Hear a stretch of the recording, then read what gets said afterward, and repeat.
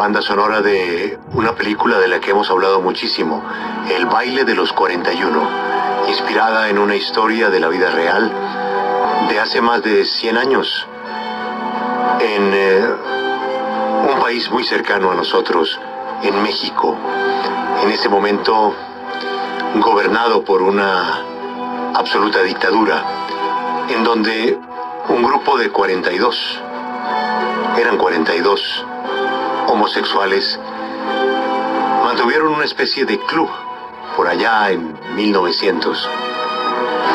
Y por cuenta de un baile, todos terminan pagando la persecución de ser precisamente homosexuales. La película es durísima, basada en un hecho de la vida real. Nos atiende el protagonista, Alfonso Herrera. Él es un gran cantante y actor mexicano. Hace el papel de Ignacio de la Torre y Mier. Ignacio de la Torre se casa con la hija del presidente de México. Y en esa dualidad de su vida, pues transcurre una película que, repito, relata un hecho que podría ser impensable en México de hace 120 años. Don Alfonso, gracias por atendernos y primero que todo, enhorabuena por esa impecable actuación. No, muchísimas gracias. Gracias por la invitación y un saludo a Colombia. Es un país al que quiero mucho, en el que he trabajado de manera extraordinaria. Tengo grandes amigos, colegas, entonces un placer estar aquí en estos micrófonos. Don Alfonso, usted ha hecho muchos papeles, pero observando las escenas que requería este papel en particular, muchos de los televidentes nos imaginamos lo complicado que debió ser para usted meterse en la piel de ese personaje. ¿Cómo se preparó? ¿Qué tan difícil fue? Pues mira, Ignacio de la Torre y Mier es un personaje mexicano, parte de la historia de México, que fue invisibilizado por obvias razones, ¿no? Por su orientación sexual. Yo constantemente lo hablaba con David Pablos y yo decía, bueno, ¿qué hubiera pasado si no se hubiera sabido nada acerca de su orientación sexual? Pues probablemente nos lo hubiéramos topado en los libros de historia que se imparten en la Secretaría de Educación Pública aquí en nuestro país. Y por lo tanto, como había tan poca información, pues había que recolectar pedacitos en algo que mencionó un historiador en aquel texto. Luego, un libro que para mí en específico fue muy importante, que se llama El exilio, de Carlos Tello Díaz. Este historiador, pariente cercano de Porfirio Díaz, narra de manera muy, muy interesante qué es lo que ocurre con el dictador, qué ocurre con Porfirio Díaz una vez que es expulsado del país después de la Revolución Mexicana, y habla de todo este séquito de personas que lo acompañaron, de Limantur, que fue su secretario de Economía, y hay un capítulo que habla de Ignacio de la Torre, y ese capítulo en particular para mí fue esencial para entender quién era Ignacio, quién era este empresario político que fue senador, que fue diputado, que estaba jugando el juego para escalar en las esferas políticas de la política mexicana, y al mismo tiempo pues ser parte de este club e intentar ser libre e intentar ser feliz, ¿no? A través de los ojos de David Pablos, que para mi gusto es uno de los directores mexicanos más importantes de nuestra industria. Y pues bueno, fue un gran ejercicio, fue un gran proyecto, y ahora que está en la plataforma de Netflix, pues es mucho más accesible y celebramos que puedan haber muchos más ojos para ver este proyecto. Lo recomendamos nuevamente, se llama El baile de los 41 y efectivamente está en la plataforma de Netflix. Estamos hablando con el actor que interpreta a Ignacio de la Torre y Mier. Don Alfonso, en ese recorrido de investigación para compenetrarse con la historia y con el personaje, yo quisiera saber si hay algún margen de error en la historia, ya que, pues, estamos hablando de hace 120 años en el México de los meros machos, y donde no se movía una hoja sin que Porfirio Díaz lo supiera o lo autorizara.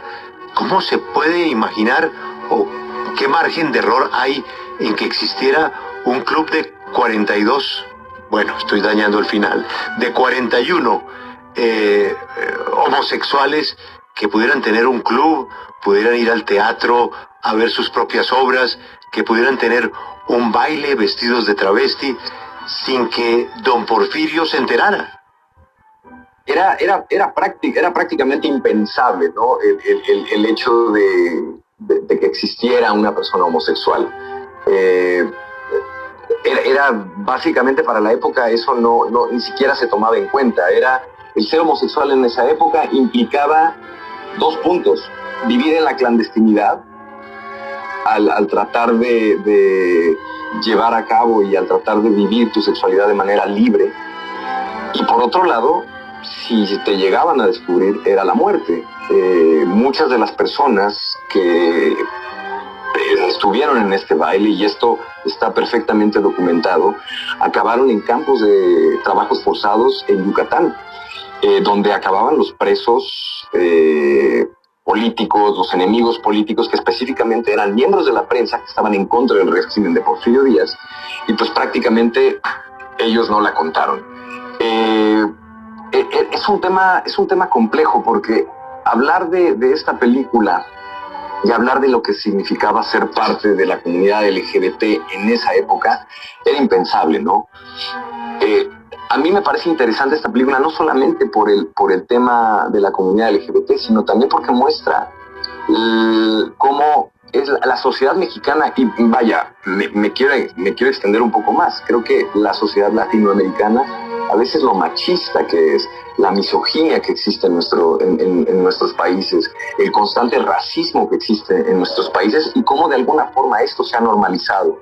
Yo platicaba con David Pablos cuando estábamos filmando una de las escenas que se hicieron en el Castillo de Chapultepec, que se hizo en un museo muy importante de la Ciudad de México, que es el MUNAL, y yo veía a todos los compañeros actores que estaban perfectamente vestidos, el decorado espectacular, y yo le decía al director, es que no ha cambiado absolutamente nada de lo que en todos estos 120 años que han transcurrido.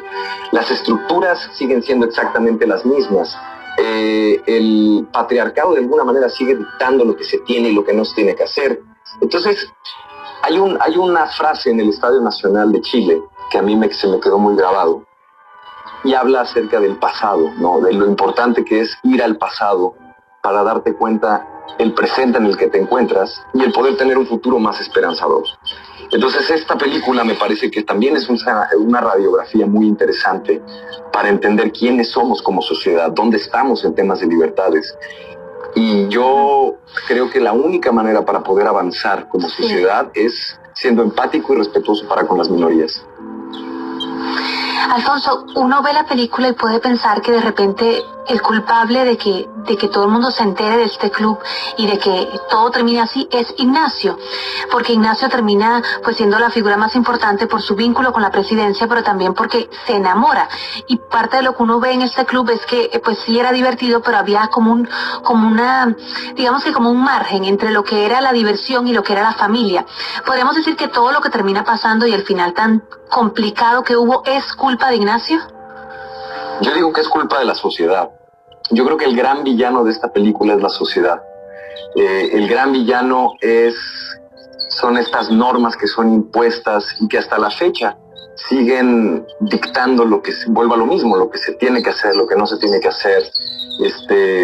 Vaya, mi esposa y yo, cuando terminó la película y cuando ella la vio, hizo una reflexión muy, muy interesante que a mí me impactó, y dijo: la sociedad es quien realmente es la que acaba siendo el gran villano y el mazo dictador, o el mazo que enjuicia lo que se tiene y lo que no se tiene que hacer.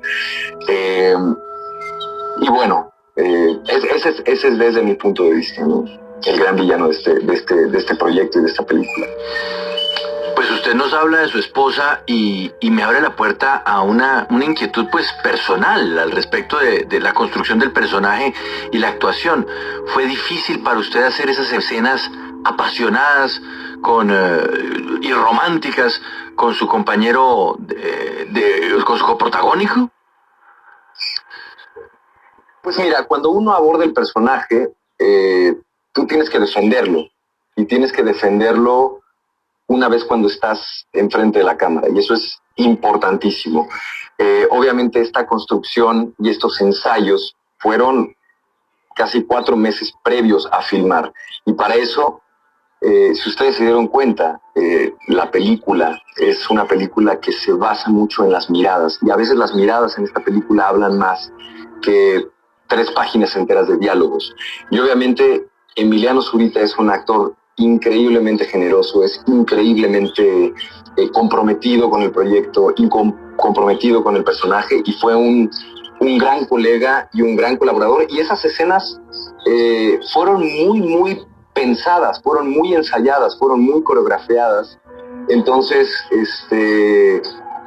pues realmente fue muy fácil el poder hacer cualquier tipo de escena, tanto con Mabel como con Emiliano, y que a final de cuentas se pudiera ver esta conexión entre estos dos personajes masculinos. Sigo con la pregunta de Juan Pablo sobre escenas tan explícitas y tan fuertes. A veces hablo con algunos amigos actores que observo que hacen escenas también fuertes, ¿no? De otro tipo, de todo tipo. Y alguno de ellos me dice que le piden a la señora que se tape los ojos, o a los hijos que se salgan del cuarto. Usted habla de su señora. ¿En algún momento usted le dijo a su señora, mire, yo pienso que mejor no mires esto? No, para nada. Mi esposa es alguien a quien yo admiro profundamente. Es inclusive una persona que me impulsó a hacer este proyecto, porque ella entiende de la importancia de este proyecto.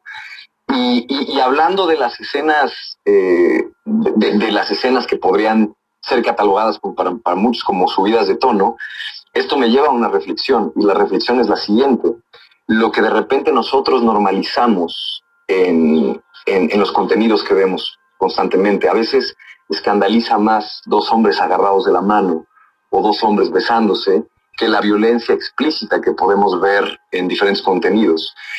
Nosotros vivimos cuando estaba por salir la película en cines en nuestro país, nos llega una clasificación C, y otra película mexicana muy importante en su momento, que también tiene violencia explícita, que también tiene escenas de sexo explícitas, heterosexuales, y recibe una clasificación B15. Entonces, lo cual me llega a pensar, ¿qué es lo que estamos normalizando hoy en día, ¿no? A veces nos escandaliza más, vuelvo a lo mismo, 2 hombres tomados de la mano, que una persona tomando una pistola y volándole la cabeza a otro, ¿no? Entonces, es una reflexión que yo hago y que presento, y que a mí constantemente me llama la atención. A mí me gustaría preguntarle acerca del final. No lo voy a decir, obviamente, para la audiencia, Alfonso, aunque lo felicito porque realmente fueron escenas muy conmovedoras al final. ¿Por qué se decidió justamente en el cine que terminar en un lugar, en una parte, y en Netflix vemos realmente un final alternativo, digamos, al que se logró ver en las salas de cine de México? Bueno, te voy a ser muy honesto. Esto fue una decisión del director. A mí me parece que los 2 finales, tanto el que se exhibió en las salas de cine en nuestro país como el que aparece en Netflix, son muy contundentes y funcionan. Pero yo te puedo decir que el que más me gusta es el que aparece en la plataforma de Netflix. Y esta te lo digo yo como espectador. Te lo digo no como actor que participó en la película. Como espectador me parece que genera un desenlace mucho más contundente y plantea una conexión más importante entre los 2 personajes, tanto el de Ignacio como Evaristo. Pero bueno, no quisiera ahondar más porque si no estaría llenando de spoilers todo esto. Yo quisiera preguntarle qué significó para usted hacer esta película, dado el contexto actual en el que la comunidad LGBTI sigue luchando por reivindicaciones en sociedades conservadoras precisamente como las de principios del siglo XX. ¿Qué significó como actor y además como productor de esta película? Bueno, primero que nada, para mí lo importante era, punto número uno, tener la posibilidad de trabajar con David Pablos, que para mí es uno de los directores más importantes de nuestra industria. Si tú ves la película que también está en Netflix, que se llama Las Elegidas, yo cuando la vi en 2016, bueno, esta es una joya de nuestro país, y recibí la llamada 2 años después para poder colaborar con él, y mi sí fue automático. Y en segundo lugar, como ya lo había dicho, creo que esta película es interesante porque es una radiografía muy clara de lo que somos como sociedad, y esto puede generar también una introspección interesante. Muchas veces cuando apagas la televisión o cuando sales de una sala de cine, puede ser que ocurra una película adentro de tu cabeza, y esa película o esa internalización después de ver una historia, creo que vale la pena. Vuelvo a lo mismo. Nuestro trabajo es entretener, pero si puede generar una reflexión, qué mejor, ¿no? Hubo algo que me fascinó, la dirección de arte. Es impresionante ver la reconstrucción del México de hace 120 años. Valdría la pena destacar quién lo hizo, cómo hicieron, dónde encontraron ese palacio, esos palacios, esos carruajes, cómo hicieron para revivir un México pues que hoy digamos puede estar tal vez la estructura, pero no todo lo que vemos allí. Una tarea titánica, una tarea tremendamente bien realizada. Creo que hacer cine en nuestros países, específicamente en toda Latinoamérica, es ya de por sí una tarea titánica, y hacer una historia de época en la cual tú puedas meterte y no tengas que estar que de repente empieces a ver elementos que te saquen de la ficción porque viste un cable o porque viste esto, es muy complicado, y fue una tarea excelentemente realizada por Daniela Schneider, una directora de arte que es una de las más importantes de nuestra industria y de Latinoamérica, y una fotografía de una directora a quien yo admiro mucho, que es Carolina Costa, una directora de fotografía brasileña. Entonces, eso también es algo que se tiene que destacar, ¿no? La dirección de arte, los vestuarios, los peinados, el maquillaje. Eso es algo que yo también como espectador lo aplaudo, y como alguien que formó parte de ese proyecto me siento muy orgulloso. Mire, yo a diferencia de mis compañeros no he visto la serie, porque ellos, así como la ponderan, la califican de fuerte, y eso me asusta a mí un poco porque soy muy susceptible a las series, me meto demasiado en el tema. Me llama la atención dos cosas que usted ha dicho. La primera, que la responsable de esa situación que se evidencia en la serie es la sociedad mexicana, y a la vez ha dicho que le sorprende que mientras unas personas se escandalizan por ver a un hombre agarrado de la mano de otro hombre o dándose un beso, les escandaliza más que la violencia terrible que estamos viviendo en todos los campos. Eso quiere decir que para usted la sociedad mexicana todavía sigue en el terreno de criticar por debajo de la mesa, ya no por encima, porque ya no es un delito castigado por el Código Penal. Por debajo de la mesa sigue castigando a las personas que son del mismo sexo. Me refería más bien a la violencia que pueda verse en los diferentes contenidos que podamos ver en pantallas de cine o en las diferentes plataformas. Eso era específicamente a lo que me refería, a de repente cómo la violencia explícita a veces escandaliza mucho menos que dos hombres agarrados de la mano. Y respecto a tu otra pregunta, considero que efectivamente nuestras sociedades son sumamente pragmáticas. Y pongo un ejemplo, Pride, el Día del Orgullo, donde la comunidad LGBT sale a las calles para decir, nuestro colectivo aquí está, esto es lo que somos. Y por otro lado, muchas empresas se suman a este día para apoyar y comercialmente para ellos verse beneficiados. Pero una vez que acabe el día de Pride, al día siguiente todas las empresas vuelven a su misma manera de operar, ¿no? Entonces, efectivamente existe una doble moral, y no solamente me refiero a una doble moral solamente en la sociedad mexicana. Creo que esto aplica para muchas otras sociedades, ¿no? En nuestro continente, y por qué no decirlo también en el mundo. Eso no es un secreto. Y yo le invitaría a que vea la película. Creo que es un ejercicio bastante bien realizado, y bueno, es una invitación, ¿no? Alfonso, los personajes son magníficos, tanto pues el de Amada Díaz como el de Baristo como el tuyo. Me gustaría saber si ya mencionaste que hubo un trabajo bibliográfico, al menos de tu parte, para entender un poco más la época. ¿Supiste qué fue lo que pasó en la vida real con él, con Ignacio de la Torre? Porque, vaya, no solamente era el yerno de Porfirio Díaz, sino también tenía bastante poder también, y el final de su carrera política y pública también estuvo no solamente ligado a este escándalo. ¿Supiste qué más pasó con él y cómo murió?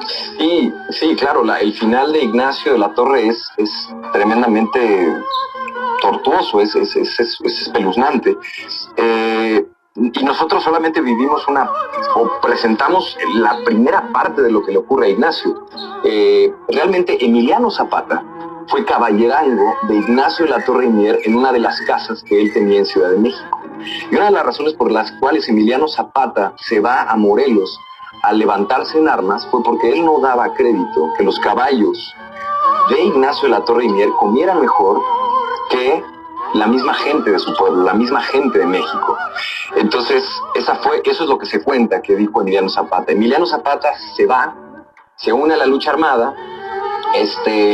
Ignacio de la Torre, obviamente aliado a Porfirio Díaz, a pesar de las discrepancias que ellos tenían de manera personal y de manera familiar, sigue latente, ¿no? Entonces, Emiliano Zapata después toma la Ciudad de México, Ignacio de la Torre y Mier es encarcelado, Amada Díaz pide clemencia a Emiliano Zapata, y al final liberan a Ignacio de la Torre, y él acaba huyendo a Nueva York, y él muere por negligencia médica después de una tortura brutal que le propician los allegados a Zapata, porque todo el mundo sabía que era homosexual, y acaba muriendo en Nueva York en un hospital, solo con Amada Díaz a su lado. Y eso es algo interesante. Amada Díaz nunca se despegó de Ignacio hasta el día de su muerte.